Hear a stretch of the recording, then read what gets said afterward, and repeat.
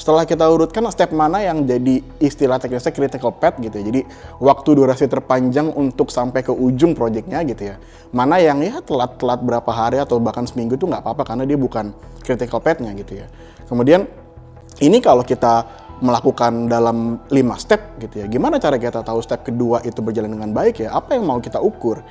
Gimana cara ngukurnya? Apakah itu bisa diukur? Gitu? Apakah kita mengukur hal yang benar? Bisa juga kita define bahwa oke, ini ada stepnya. Gimana caranya tim bisa berinteraksi gitu. Karena jangan sampai ada step yang dilakukan secara paralel, nanti itu digabungin gitu ya. Misalnya ada yang ngerjain bagian, misalnya robot aja ya. Ada yang ngerjain bagian kepala, ada yang ngerjain bagian badan, tapi kemudian dia nggak compatible gitu. Nah itu kan nggak boleh ya, ada keberhasilan yang sifatnya cuma silo gitu atau cuma satu step doang, tapi kemudian nggak berhasil di ujungnya. Itu semua bisa di breakdown gitu ya, selama kita udah menggunakan prinsip analytical thinking di mana rantai logikanya nggak boleh putus gitu ya. Boleh dibagi per tim yang kecil, tapi rantai logikanya nggak boleh putus. Baru yang terakhir kita act gitu ya, melakukan gitu ya. Dan kalau udah sampai sini, again yang paling penting adalah sebenarnya kembali ke observe gitu, di mana observe yang tadinya kita gunakan untuk planning, sekarang untuk keperluan tactical.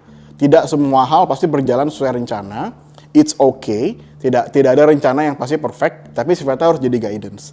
Sehingga saat kita act atau melakukan sesuatu, kita bisa memastikan bahwa itu tetap hal yang benar, walaupun berubah dari plan, karena objektifnya tetap terpenuhi. Jadi bisa dirangkum bahwa analytical thinking bisa memastikan kita untuk do the things right gitu ya. Memastikan bahwa kita itu bisa mengeksekusi sesuatu dengan baik, dengan cara yang baik, akhirnya bisa mencapai apa yang kita mau.